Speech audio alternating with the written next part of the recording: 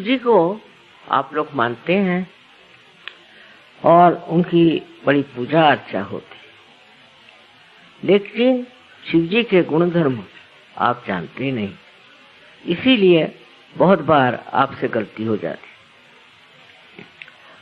शिव जी का विशेष स्वरूप जो है वो आनंद स्वरूप है। सूक्ष्म से सूक्ष्म ये आनंद उनका सब दूर छाया रहता है, लेकिन उसको आकलन करने की शक्ति जब तक आप में नहीं आएगी, आप उसे देख नहीं पाएंगे और समझ नहीं पाएंगे। वो हर चीज में विराजमान, हर चीज में एक तरह से आनंद में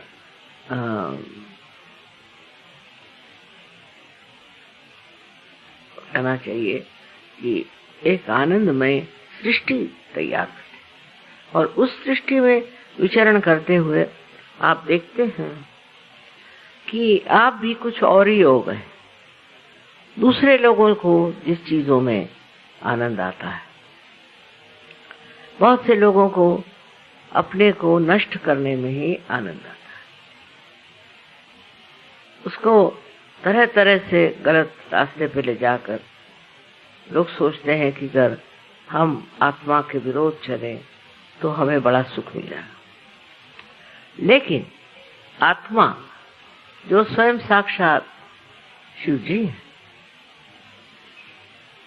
उनका आनंद एक और तरह का, और वही हमारे हृदय को छू सकता है। जैसे बहुत से लोग हैं दुनिया भर की चीजों में डूबे रहते हैं, कोई है शराब पिएंगे, कोई कुछ और अनैति का कार्य करेंगे, गलत सलत काम करते रहेंगे, और उसी में वो सोचते हैं ये बड़ा सुख है, किंतु है नहीं। धीरे धीरे वो नष्ट होते जाते, धीरे धीरे समाप्त होते जाते। पर शिव जो है ये हमारी सांत्वना करने वाले, हमको शांति देने वाले और हमको आनंद देने वाले। और जब शिव जी की शक्ति और विष्णु की शक्ति, जैसे कि कुंडलिनी और सुषुम्ना नाड़ी, इन दोनों का मेल हो जाता है, तब आपको केवल सत्य मिलता है, केवल सत्य। जैसे कि उस सत्य को कोई आप किसी भी तरह से अस्वीकार्य नहीं कर सकते, क्योंकि वो पूर्णतया सत्य है। आप अपने उंगलियों पर, हाथ पर भी उसे जान सकते हैं। अनेक तरह के अनुभव आपको आएंगे, जिससे आप समझ जाएंगे कि एकदम सत्य जो है उसमें असत्य की छटा भी वो आपके अंदर ज्ञात होता है। आप उसे जान सकते हैं, समझ सकते हैं। यही कुंडलिनी की देन है। यानी कुंडलिनी जो कि शिव की शक्ति है, वो जब आपके मध्य मार्ग से उठती है तो सारे ही चक्रों को अडोलित करती है, जागरूक करती है और समग्र करती है। उस शक्ति को संभालता कौन है? तो कहें कि विष्णु ही संभालते, क्योंकि वो विष्णु के मार्ग में चलती है और जा करके ब्रह्मरंध्र में वो अपने दर्शन देती है। वहां पहुंच करके ज्ञात होता है कि हाँ, अब इसकी जो यात्रा थी वो खत्म हो गई। सो आपस में कितना सहयोग और कितनी समझदारी। हम लोग हैं, आजकल एक बीमारी हो गई कि सब लोग पैसे के पीछे दौड़ रहे। पैसे के पीछे दौड़ने की बड़ी अजीब सी बीमारी हो गई है, और उसके लिए हम कुछ भी कर सकते हैं, किसी भी चीज का अवलंबन करते हैं। सहयोग में भी कुछ लोग ऐसे होते हैं। इसका कारण यह है कि हमारे अंदर विकृति आ गई। हमारे अंदर बहुत सारी विकृतियां आ गई, और इस विकृति की सफाई सिर्फ कुंडलिनी ही कर सकते। पर अगर आप पूरी तरह से इस कुंडलिनी को आत्मसात नहीं करते, ध्यान धारणा से उसका उत्थान पूरा नहीं करते, तो आप उस दशा में पहुंच नहीं सकते जहां आपके अंदर से प्रकटित जो शक्ति है वो सत्य, आनंदमय, शांतिमय, उसमें दोष रह जाता है। जब कुंडलिनी उठती है तो वो सब सफाई करती है, शिव जी की शक्ति से पूरी चीज साफ होती जाती है। पर तो भी कुछ लोग अपनी पुरानी आदतों से या अपने गलत धारणाओं से पीड़ित होते, और वो लोग जो कुछ गलत, जो भी दुष्ट बुरी बातें हैं, उसके थोड़े से ही प्रलोभन में पड़ के फिर से गिर जाते। वो हमारे अंदर एक छोटी सी भी अणुरेणु मात्र भी अगर खराबी अंदर बची हो तो उसमें गिर करके हम वाकई में नष्ट हो जाते।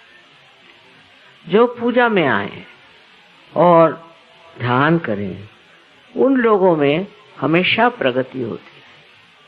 अगर शांति न हो तो कोई पेड़ भी नहीं बच सकता, कोई वो बढ़ नहीं सकता, कोई अंकुर भी नहीं चढ़ सकता। इसीलिए अगर आपके अंदर ये पूरा ध्येय न हो, ये आदर्श नहीं हो कि हम कहीं भी पतन की ओर नहीं जाएंगे, किसी भी गलत चीज में हम नहीं पड़ेंगे, तो आपको सारी पूजाओं में जहां तक हो सकता आना चाहिए और आपको ध्यान करना चाहिए। क्योंकि अब आप पूजा के अधिकारी, सब लोग पूजा के अधिकारी नहीं होते। जो देखो पूजा करने निकल जाता है, पर अगर आपका संबंध ही नहीं हुआ है तो आप क्या पूजा के अधिकारी बन सकते हैं? लेकिन बहुत से लोग सोचते हैं इस मंदिर में दौड़, उस मंदिर में दौड़, इस गुरु के पास जा, उससे कुछ नहीं होता। आप ही अपने गुरु हैं और आप अपने को सोचिए कि हमारे अंदर क्या खराब, क्या हम अपने हृदय से पूरी तरह से सहयोग को अपनाते हैं या नहीं। मैं देखती हूँ बहुत से लोग सहयोग में आते हैं और एक स्थान पर जाकर गिर जाते हैं, और जितने ऊंचे उठते उतने गहरे गिर जाते हैं। इसकी वजह यह है कि आपके अंदर जो छिपी प्रवृत्तियां हैं वो किसी तरह से कार्यान्वित हो गई और आपको अंदाज ही नहीं रहा। इसलिए अपनी ओर ध्यान रखना चाहिए कि हम कोई ऐसे गलत झंझट में तो नहीं फंस रहे, कहीं हम ऐसा काम तो नहीं कर रहे हैं कि जो असहज हो, या कोई हमारे अंदर ऐसी गंदी प्रवृत्तियां तो नहीं आ रही कि हम पैसा कमाने के लिए सहज में आए या और गंदे काम करने के लिए सहज में आए। इसके और अपनी दृष्टि होनी चाहिए।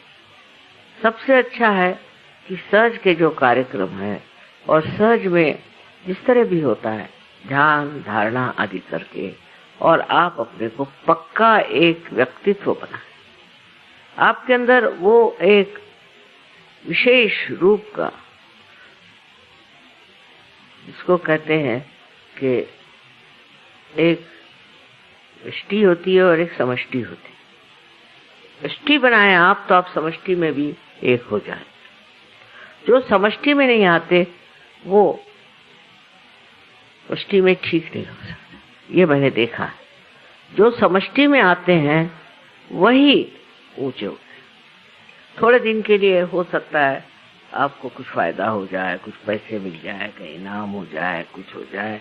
सहयोग में खास करके बहुतों में ये भी बात होती है कि हम कितने लोगों को कंट्रोल करते हैं, वो भी हो जाए, लेकिन आपका व्यक्तिमत्व नहीं बना, उसमें वो गहनता नहीं है, आप वो ऊंचे दर्जे के सहयोगी नहीं है। जब तक आप वो नहीं हैं तब तक आपकी बातें बिल्कुल बेकार है, क्योंकि न जाने कब आपका गार से गिर जाए, न जाने कब आपका सर्वनाश हो जाए। इसलिए बच के रहना चाहिए और अपने को उस उच्चतर व्यक्तिमत्व में ले। उसकी और एक चीज आपको करनी चाहिए कि अगर आज आप पार हैं तो कल हजारों लोगों को पार कराइए तो आपकी शक्ति बढ़ेगी, नहीं तो जो थोड़ा सा पाया भी है वो भी खत्म हो जाए। ये बड़ा विचित्र सा एक नियम है, ऐसे किसी भी और चीज से इसकी तुलना नहीं हो सकती। जैसे अगर एक दीप जलाइए और उससे दूसरे दीप जलाए तो भी ये नहीं कह सकते कि इस दीप की दीप्ति बढ़ जाएगी, नहीं कह सकते। पर सहयोग में मैंने देखा है कि जो